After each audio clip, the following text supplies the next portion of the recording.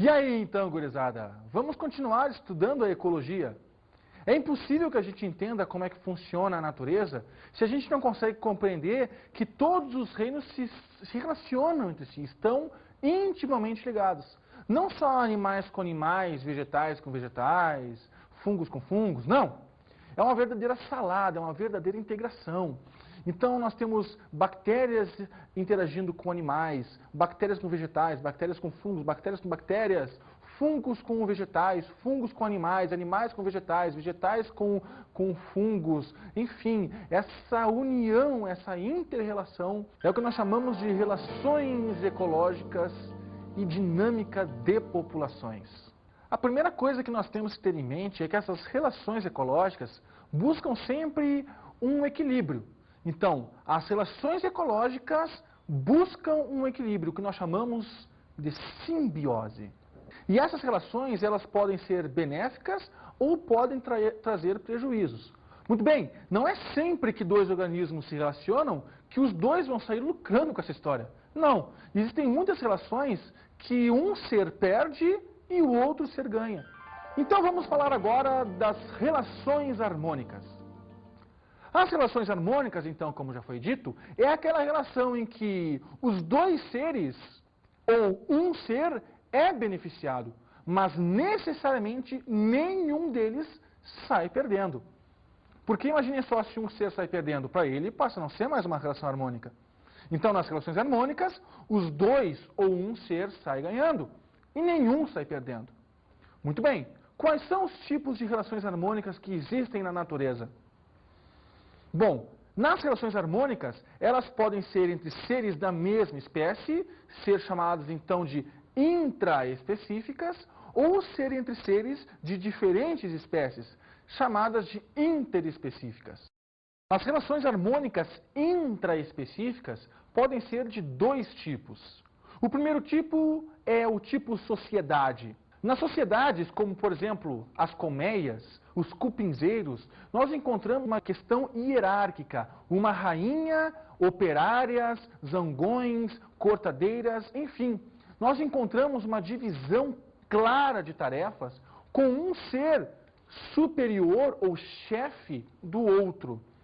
Como por exemplo nas abelhas, existe a abelha rainha, a abelha pelo qual não existe a colmeia, e onde toda a colmeia vive em função dela. Existe para sustentar essa rainha abelhas operárias que trazem, que fabricam o néctar e que dão, através desse néctar, a formação do que nós chamamos do mel, e que, enfim, trabalham em conjunto, cada uma com a sua tarefa, cada um com a sua tarefa. Da mesma forma no formigueiro, da mesma forma do cupinzeiro. Então, gente, o que classifica uma sociedade é isso. Uma relação hierárquica, uma divisão clara de tarefas entre os elementos dessa sociedade e uma independência corporal de cada um deles. O que não acontece numa colônia. Numa colônia nós temos sim uma divisão de tarefas, mas agora nós temos uma união fisiológica desses seres de mesma espécie. O exemplo é esse exemplo que você está vendo agora no seu vídeo, que é a caravela.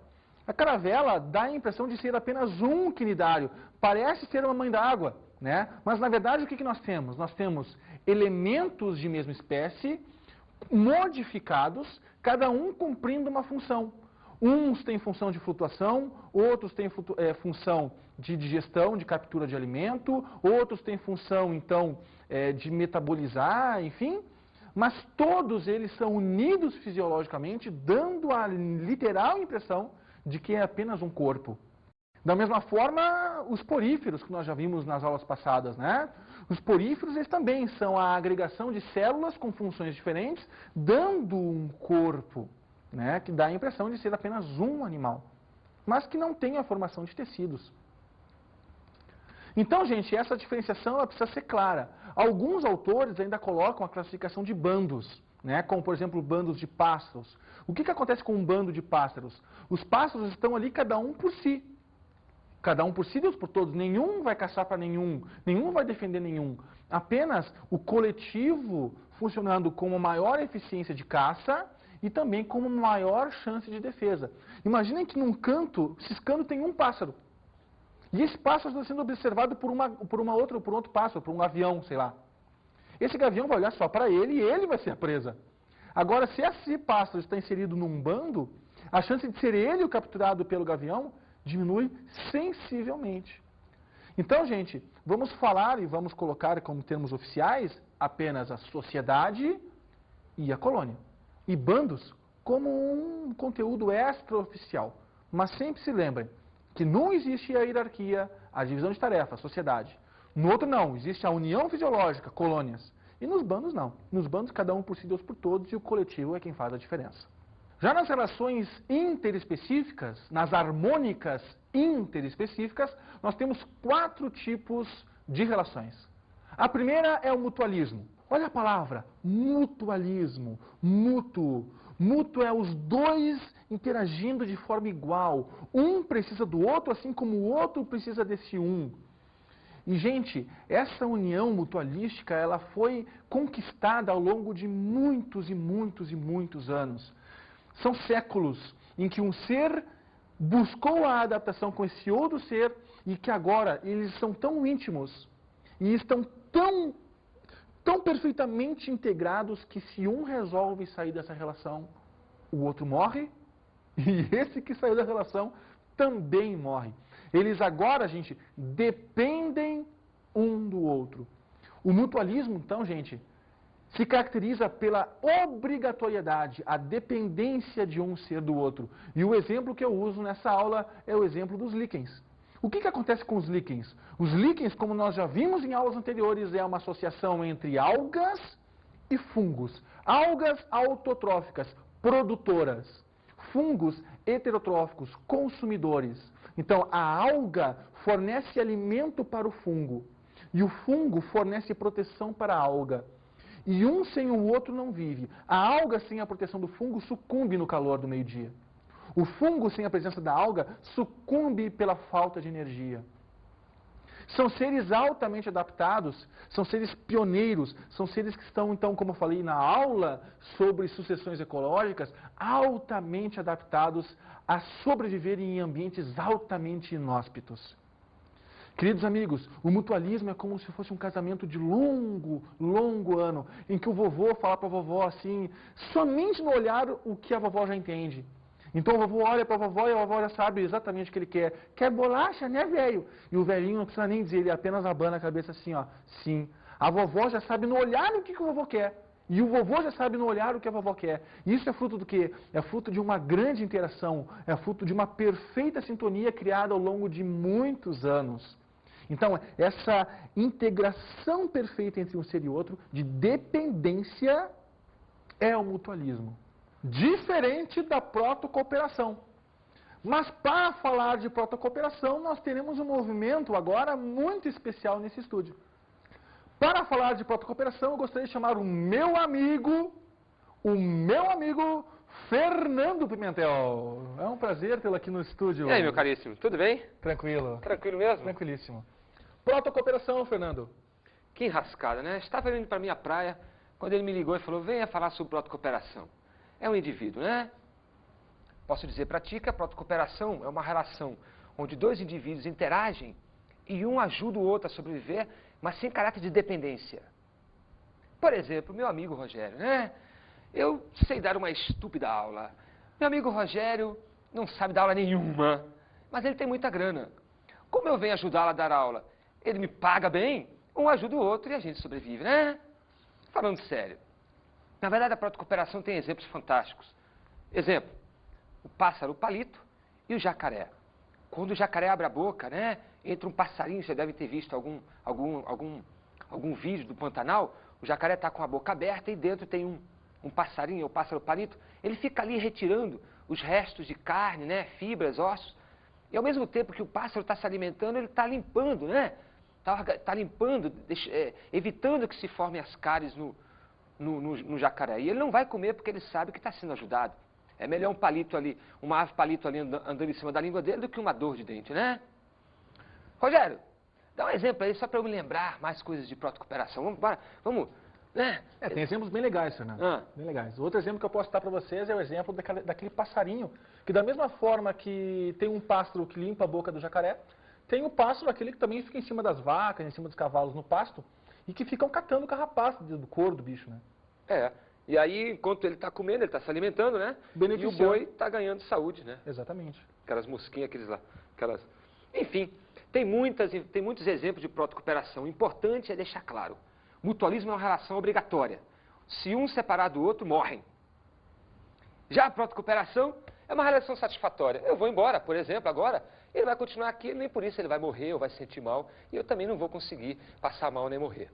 Tá legal? Feita a diferença? Beleza. Na verdade, tu ainda me quer aqui ou não? Não, por mim tu pode ir embora. Sério? Graças, eu vou pra praia. Já me ajudou. Valeu. Né? Aí. Fernando, muito obrigado pela presença aqui. Com certeza. Falou. Tá joia. Na verdade, o Fernando não quis confessar, mas na verdade ele depende de mim, né? Então, o que acontece, né? Acontece uma relação, o que acabou de acontecer aqui foi um exemplo até de uma relação de protocooperação. É claro que para eu dar essa aula eu não precisava que o Fernando viesse aqui falar a respeito disso, mas eu optei por ilustrar essa aula, fazendo com que ele viesse, falasse, explanasse para vocês, para que a gente pudesse realmente mostrar que existe uma relação de ajuda sem dependência um do outro. No comensalismo, o elo de ligação entre esses dois seres, a própria palavra diz, né? Comer, comensalismo, comer, a alimentação é o que faz com que esses dois seres se aproximem um do outro, né? Então, no comensalismo, um ser se beneficia, o outro pode não ser beneficiado. Agora, o importante é que esse ser não seja prejudicado. E a gente pode, inclusive, para ilustrar a aula, utilizar o mesmo exemplo da ave palito em relação ao jacaré, onde a ave palito está tendo uma relação comensal com o jacaré. Então percebam que nessas relações não existe tudo em gavetinha. Eu posso ter uma protocooperação comensal, posso ter também um mutualismo comensal, vamos relembrar os líquens, ó. O fungo em relação à alga, ele se alimenta. Então, é um mutualismo comensal. Então, queridos amigos, o comensalismo é o elo de ligação entre os dois seres, onde o que está em jogo é a alimentação. Outro exemplo que a gente pode citar com relação ao comensalismo é o do peixe-guia, que volta e meia a gente encontra grudado numa baleia, num tubarão, e que aproveita os restos da alimentação do banquete do tubarão para poder se alimentar da mesma forma. Sobre esse animal, vocês vão poder ver ele de forma mais detalhada na aula do professor Fernando, quando ele for falar sobre peixes. A quarta relação harmônica interespecífica é o inquilinismo. Olha a palavra de novo, ó. Inquilinismo, inquilino. O que está em jogo aqui é a moradia, é a proteção. O exemplo clássico do inquilinismo é o do paguro, ou ermitão, que é um crustáceo. Né? O que acontece com ele? Ele espera conchas de moluscos mortos aparecerem para rapidamente entrar dentro dessa concha. Percebam que, Rogério, mas o molusco está morto, ele foi prejudicado. Não foi o crustáceo que matou ele.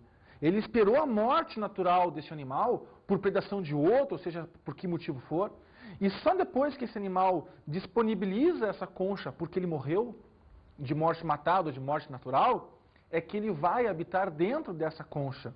Então, a proteção que a concha fornece para esse animal, como vocês estão vendo agora no seu vídeo, ela de fato funciona. Bom, Rogério, vamos relembrar um pouquinho dos artrópodes. Bom, os artrópodes precisam fazer a muda, a ecdise. No momento em que esse crustáceo precisa crescer e que a concha fica pequena para ele, ele procura uma outra concha maior. E assim ele entra nessa concha e utiliza ela como proteção e moradia e carrega ela para onde ele for. Agora vamos falar das relações desarmônicas. Aquelas relações onde obrigatoriamente existe um prejudicado, existe um que sucumbe, um que não tem sucesso. E da mesma forma que nas relações harmônicas, as desarmônicas também podem ser entre seres da mesma espécie, intraespecíficas, ou entre seres de espécies diferentes, interespecíficas. Num primeiro momento, vamos ver então as relações desarmônicas intraespecíficas. Dois tipos, o canibalismo e a competição intraespecífica. No canibalismo, existe entre os seres da mesma espécie, literalmente um comer o outro. Né? E esses fatores, muitas vezes, podem parecer bizarros para nós. Né? A gente não consegue abstrair que na natureza as coisas não funcionam com a nossa lógica humana, com a nossa lógica do sentimento, do amor ou até mesmo do ódio. O exemplo clássico que eu dou para vocês é esse que você está vendo. que é uma aranha devorando o outro. O que acontece no momento em que há a fecundação das aranhas? Né? A aranha macho, no momento que fecundou a fêmea, tem que desesperadamente sumir como um passe de mágica da frente dessa aranha fêmea, que vai passar a olhar agora a ele, não como reprodutor, mas sim como fonte proteica para os seus futuros filhotinhos queridos. Então, gente, o canibalismo, no caso das aranhas, é um mal necessário. No momento em que o macho dá os espermatozoides, ele, no segundo momento, dá as proteínas, literalmente ele se entrega de corpo e alma para que a reprodução, para que os seus genes sejam vencedores na fêmea que ele acabou de fecundar. Impressionante, né? A gente realmente não consegue abstrair essas coisas. Imagina eu comendo, por exemplo, a carne dos nossos amigos aqui, dos nossos camerasmans, para obter proteínas. Mas isso já aconteceu, né? Vocês já devem ter visto ou terem tomado conhecimento do caso daquele avião que caiu nos Andes e que as pessoas, para não morrerem de fome, começaram a comer a carne daqueles passageiros que já haviam morrido congelados. E esse é o segundo aspecto, competições interespecíficas, né? O que faz com que um ser da mesma espécie entre em competição com o outro? O que faz com que um ser de mesma espécie entre em competição com o outro? O que faz? Né? A necessidade. Muitas vezes o ambiente limita as condições e faz com que a gente tenha que agir como se fosse, né, como se fosse bicho. Na verdade, nós somos animais, mas somos animais racionais. Nós vamos tomar como, por exemplo, leões. Né? Por que um leão entra em competição com outro leão? Por disputa de território, por disputas de fêmeas, para ele poder fecundar o maior número de fêmeas possíveis, para ter um território onde haja maior abundância de alimentação. Né? No caso de algumas espécies, a competição ela se acirra quando essas condições climáticas elas são mais limitadas. Quando o ambiente ele vai perdendo a sua condição ideal, né, quando vai se diminuindo espaço, quando vai se diminuindo nutrientes, quando vai se diminuindo uma série de fatores, esses animais tendem a entrar num estado de estresse e a competir de forma muito mais feroz entre si. Então, queridos amigos, a limitação e a pressão ambiental é quem força essa competição intraespecífica. E também, por que não dizer, o canibalismo. Falamos agora das relações desarmônicas interespecíficas entre seres de espécies diferentes. E a primeira relação é o herbivorismo. O que é o herbivorismo? Simples. Nós temos uma espécie vegetal sendo devorada, servindo de alimentação para herbívoros. Muito simples. É claro que quem está perdendo é a vegetação. E quem está se beneficiando é o herbívoro em questão. Seja ele um gado, seja ele, enfim, equinos, caprinos, seja o que for. O outro elemento das relações interespecíficas é o que nós chamamos de predatismo. O predatismo talvez seja a relação que mais fascina as pessoas. E é o que realmente vende em relação aos DVDs muito bem produzidos pelos canais Discovery Channel, pela BBC de Londres, enfim. A fascinação que o público tem em ver uma caçada de um leão em cima da zebra, de um guepardo em cima da gazela de Thompson, de um lince num coelho, dos lobos em relação a um antílope qualquer. Essa relação de caça, ela fascina, mas o que acontece? Nós temos a presa vítima de um predador. Geralmente, essa relação se estabelece entre um herbívoro e um carnívoro. Então, é claro que um sai perdendo, morre, e o outro sai se beneficiando no momento em que ele se aproveita da carne, enfim, dos nutrientes que esse ser tem. Então, a relação de predatismo, ela incute necessariamente a palavra morte. Já o parasitismo, não.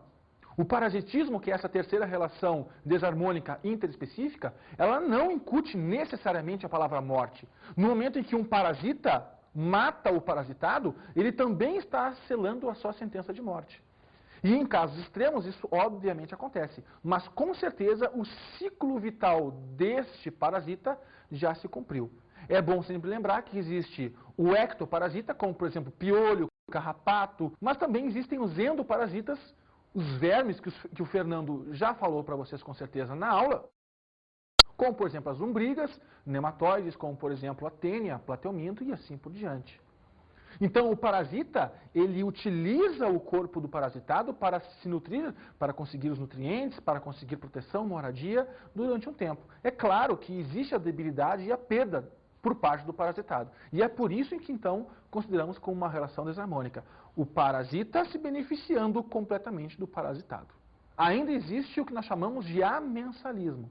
Só que no amensalismo nós não estamos falando de uma relação direta entre um indivíduo e outro. Nós estamos falando de populações que controlam populações. Nós estamos falando, por exemplo, da maré vermelha.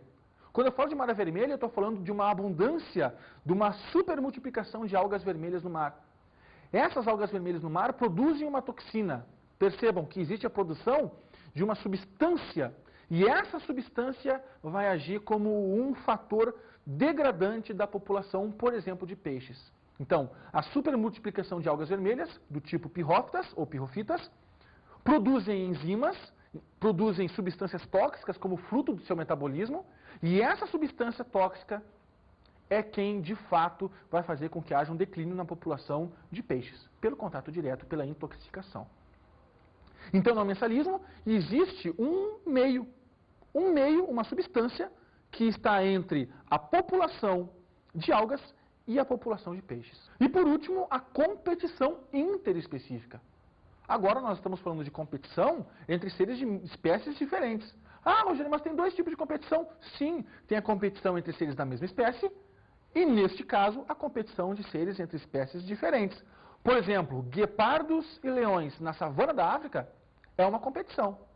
O que os leões começaram a perceber? Os leões começaram a perceber que ele não precisava caçar, que ele simplesmente precisava esperar o guepardo caçar. O guepardo, apesar de ser um felino carnívoro, ele é um guepardo de porte menor do que o leão. O leão, ele tem a capacidade tranquilamente de matar um guepardo. Então, como os guepardos são muito eficientes na caça, e eles são muito altivos nesse sentido, o leão, como macho e como preguiçoso, porque o leão é preguiçoso, porque quem caça para o leão são as leoas, ele simplesmente espera, ele se atinou dentro da evolução de que se ele esperasse o guepardo caçar, ele poderia comer a comida que o guepardo está comendo. O leão está competindo com o guepardo nesse ambiente. Os guepardos correm sério risco de extinção. Por quê? Porque eles conseguem caçar, mas não têm tempo de se alimentar. Porque no momento em que a caçada é feita, em que existe o abate da presa, o que acontece? Acontece o leão chegando e roubando essa comida furtivamente do guepardo, que nada pode fazer, porque senão ele morre. Muito bem. Então nós vimos que as relações, elas podem ser boas e fazer com que duas populações possam crescer, possam se ajudar. Mas elas também servem de máquina, de mecanismo regulador para o desenvolvimento de certas espécies. E essa tecnologia foi já se tocada pelo homem. O homem já se tocou que existe isso. E toda a tática do que nós chamamos de controle biológico, de pragas, né, como um meio alternativo aos usos dos inseticidas, ela é muito bem-vinda desde que muito bem controlada. Por exemplo, usar uma espécie de pássaro para controlar uma praga de gafanhotos, por exemplo, numa população. Usar, sei lá, pulgões que controlam larvas de borboletas numa determinada plantação também. Então, dessa forma, um comendo o outro e a gente conhecendo melhor essa cadeia alimentar, a gente pode fazer com que haja predação, só que uma predação que seja benéfica para o homem e que vai trazer mais produção de grãos, enfim, do que for, né, do que for que o homem esteja plantando naquele momento.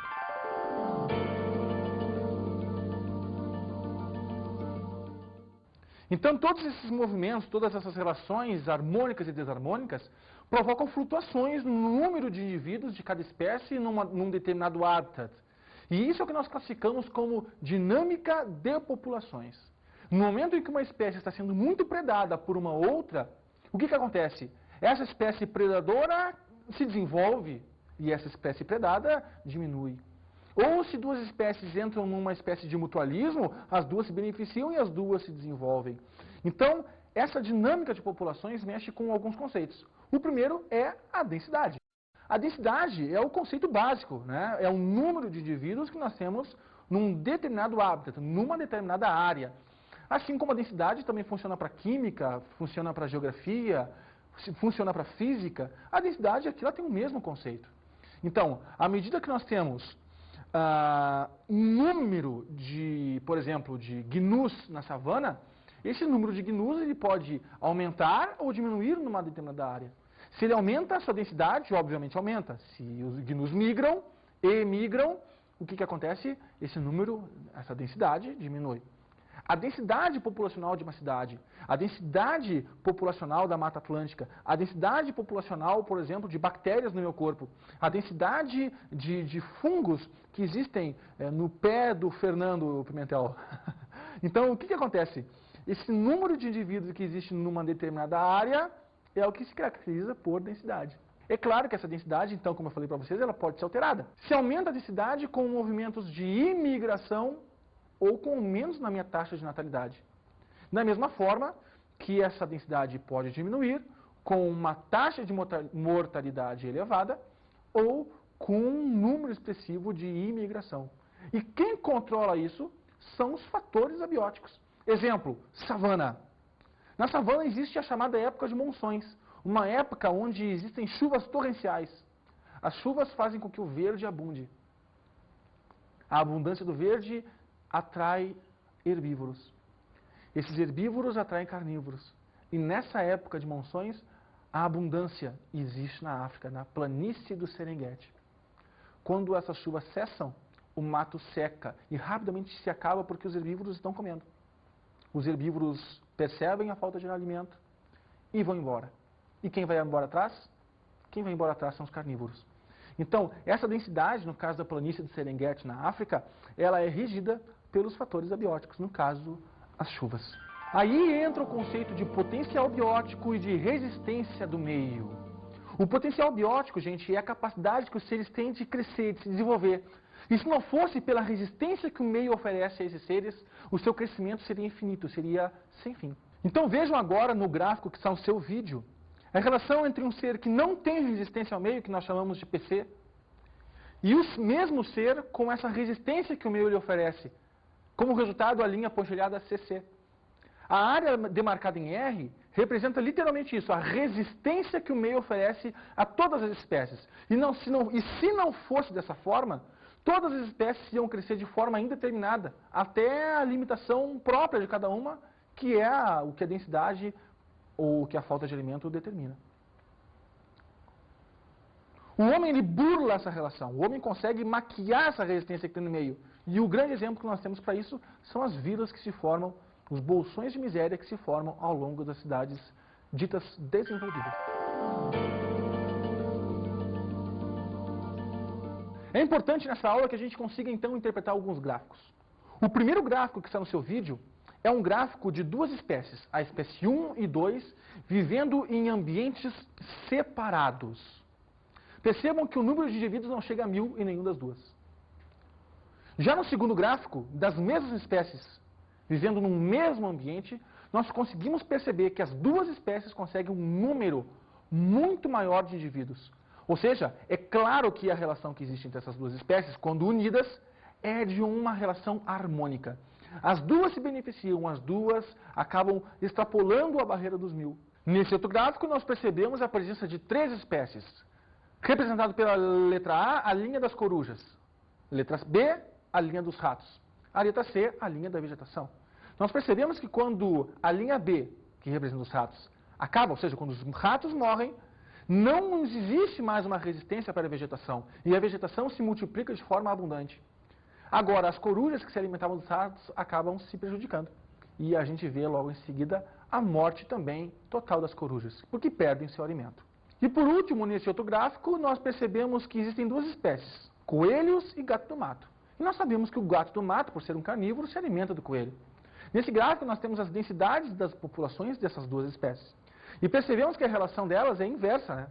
Quando o gato do mato ele está multiplicado, quando ele está em desenvolvimento e crescimento, a população de coelhos necessariamente diminui.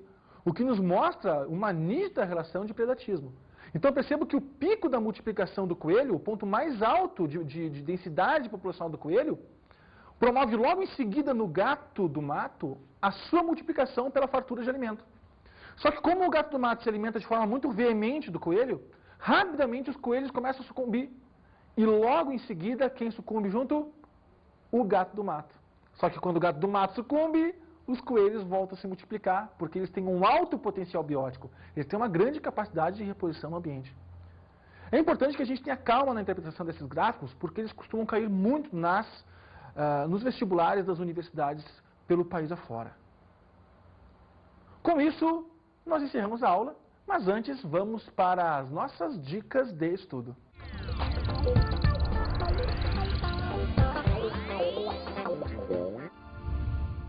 Então, como dica de estudo da aula de hoje, eu proponho que vocês vejam um filme, O Sobrevivente dos Andes, que mostra essa relação de canibalismo entre os homens por pura fome, por pura necessidade de sobrevivência.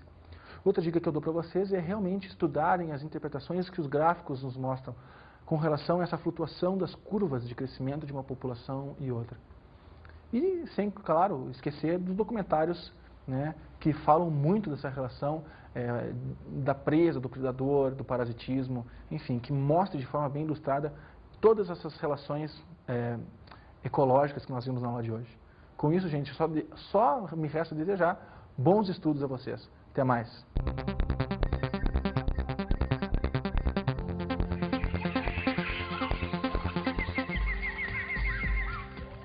Na aula de hoje, falamos sobre relações ecológicas e dinâmica de populações.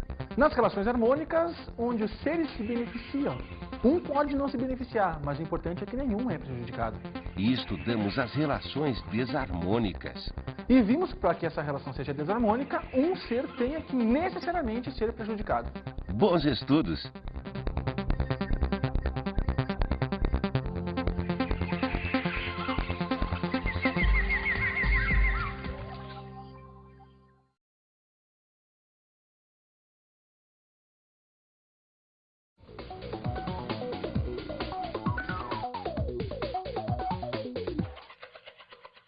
Essa é uma aula que, no fim das contas, acaba englobando vários conceitos ecológicos, né? Lembre-se quando eu falei das savanas, né, dos gnus, aumento de densidade, diminuição de densidade, fatores abióticos que regem isso tudo, e dentro dessas relações que ocorrem na savana, enfim, relações harmônicas e desarmônicas. É sempre importante dar para o aluno o contexto do que ele está estudando. Se ele simplesmente pega o conceito e decora, ele não vai ter a visão do todo. Tá? Então, eu acho que a consistência do conteúdo da aula de hoje, ela se dá necessariamente quando o aluno consegue entender todo o mundo que gira em torno ao redor dessas questões aí. Gente, muito obrigado, forte abraço.